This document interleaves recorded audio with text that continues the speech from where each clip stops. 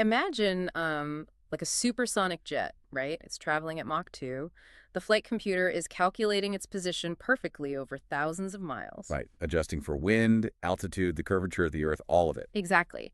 And then, out of nowhere, a microscopic rounding error inside a radio frequency formula tells the plane it is suddenly flying upside down and backward. Which is wild because the physical plane is totally fine. Yeah, the plane is fine, but the invisible framework guiding it it's completely collapsed. So today we are looking at the mathematical trapdoors that cause those exact kinds of high-stakes system failures. Welcome to the deep dive. And today's stack of sources, it's actually a set of really rigorous engineering notes and infographics. They're focused on a module simply titled Day 5 Inverse-Trig Identities in Engineering. Right, which sounds super academic. But for you listening, our mission today is to take you through how this seemingly abstract mathematical concept acts as, well, the invisible safety net keeping airplanes in the sky. And keeping complex avionics software from crashing. Yeah, it's a shortcut to understanding what happens when pure math hits the really gritty reality of high-stakes aerospace engineering. Because, my core belief here is that knowledge is most valuable when it is actively applied. An equation just sitting on a chalkboard is static. It's safe.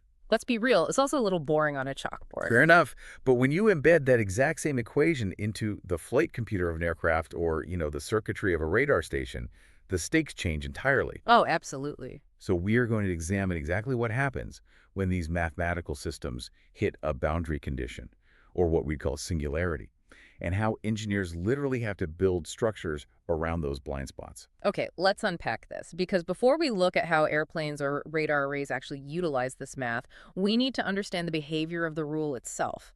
The notes center heavily on what they call a master reduction identity for engineering design. Right. Conceptually, it is fundamentally a method for combining two angular sweeps, which are expressed via tangents, into one single expression. Wait, so like if I have the inverse tangent of x and the inverse tangent of y. Yes. When engineers need to merge those two inverse tangents, the math actually doesn't allow them to simply add the values together linearly. Oh, interesting. Yeah, they have to use a combined ratio. You balance the sum of the two inputs on the top of a fraction against 1 minus the product of those inputs on the bottom. Okay, so it's x plus y over 1 minus x times y. Exactly. The notes also briefly mention other foundational mappings, like how the inverse sine plus the inverse cosine of x always equals pi over 2. But that tangent ratio is the real heavy hitter here. So if I'm looking at this fraction, the behavior of the entire system hinges entirely on that bottom half. Right, it does. Because if the denominator is 1 minus the product of the inputs, 1 minus the I-squared, the system is going to become incredibly volatile if that product gets anywhere close to 1. Very volatile. Because unlike pure algebra, inverse trig functions have what we call principal value branches. Which means what, exactly? It means they have strict operational constraints.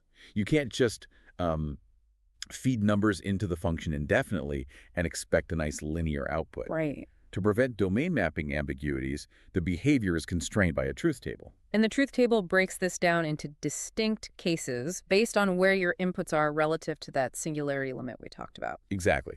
So in the standard region, if the product of your two inputs, x and y, is strictly less than 1, everything behaves normally. The angle stays within the expected geometric limits. But when the product exceeds 1, the mathematical behavior just fractures. It really does. If both inputs are positive numbers, the phase angle rotates too far forward. It's a positive overflow. Ah, okay. So the system actually has to manually push the result back into the correct upper quadrant by adding pi. And if both inputs are negative, Then the angle wraps backward. It's a negative overflow, and the system has to subtract pi to pull it into the lower quadrant. okay, hold on. Is this conceptually like an old school video game where a character walks off the right side of the screen and instantly wraps around to the left side? Oh, like Pac-Man. Yeah, exactly like Pac-Man. Because if you don't program that wraparound rule, or in this case, actively add or subtract pi, the system totally loses track of where the character actually is. That analogy holds up really well, actually. If the navigation system doesn't account for that quadrant shift, it will output a heading that is mathematically valid in a vacuum, but physically completely wrong in reality. But the core vulnerability isn't just wrapping around the screen, right? It's the boundary itself. Yes. What happens if the product of x and y doesn't just exceed 1, but equals exactly 1? Yep. Because then the denominator of our ratio collapses entirely to 0. Right, you hit the asymptotic boundary. When the denominator hits 0, the angle snaps to exactly 90 degrees. Pi over 2, or negative pi over 2. Wow. And division by 0 is a fundamental rule breaker in mathematics. In a theoretical environment, you simply label it an undefined result and move on. But in an applied engineering environment, An undefined result triggers a structural collapse in the logic. see, this is what I don't get. If merging these inputs creates this immense vulnerability, this literal divide by 0 disaster, why do engineers use this complicated formula to combine angles? It seems counterintuitive, I know. Right. I mean, my phone processes billions of operations a second. Why not just calculate angle A separately, then calculate angle B and add them together? Is calculating two separate angles really that dangerous? Well, we have to shift into mechanical and aerospace tracking to really see why. It's actually a necessary compromise. Okay, lay it on me. Imagine an aircraft flying at a fixed altitude. On the ground, you have two distinct telemetry tracking stations. Let's call them Station A and Station B. Okay, I'm visualizing it. Station A measures its elevation angle to the aircraft, which we can call alpha. Station B measures its own angle, beta. Got it. The avionics computer needs to find the absolute convergence angle between those two radar beams to pinpoint the aircraft. And doing those calculations sequentially introduces a massive risk. Floating point cumulative rounding errors, right? Exactly. A computer's memory for decimal places is finite. When it calculates an inverse tangent natively, it generates a highly complex, non-terminating decimal. So it just chops off the end of the value? Right, it truncates it. So you introduce a microscopic error with the very first calculation. And in aerospace, you're doing, what, thousands of those a second? Exactly. And those errors compound relentlessly. If you take one rounded number, add it to another rounded number, and feed that result back into the algorithm, that microscopic error snowballs. Oh, man. So missing the true geometric angle by a tiny fraction of a degree? Translates to missing the aircraft's actual physical location by hundreds of yards. Wow. Okay, so to fix that, the computer doesn't calculate two separate angular approximations. Yeah. By merging the expressions into a single matrix argument using that x plus y over 1 minus an ISI formula, they bypass those compounding errors. Yes. The tracking stays absolutely precise because the math is done in a single step.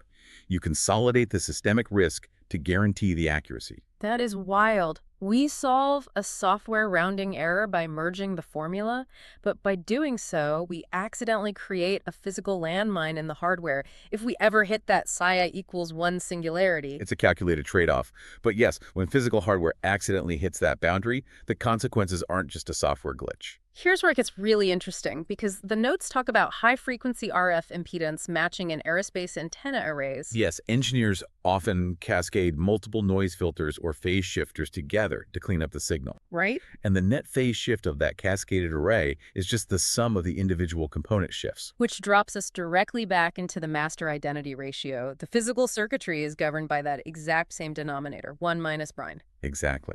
Now, physical hardware is volatile, right? Yeah. Components heat up, materials expand, and baseline tolerances drift over time. Yeah, things physically warp. So if the hardware tolerances allow the components to shift so that the product of x and y converges toward exactly 1, the mathematical denominator collapses to 0. Okay, for you listening, I want to offer an analogy to help visualize this.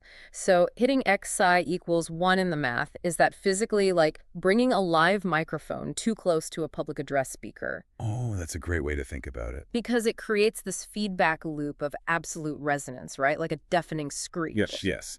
When the math hits 0, the system impedance drops to 0.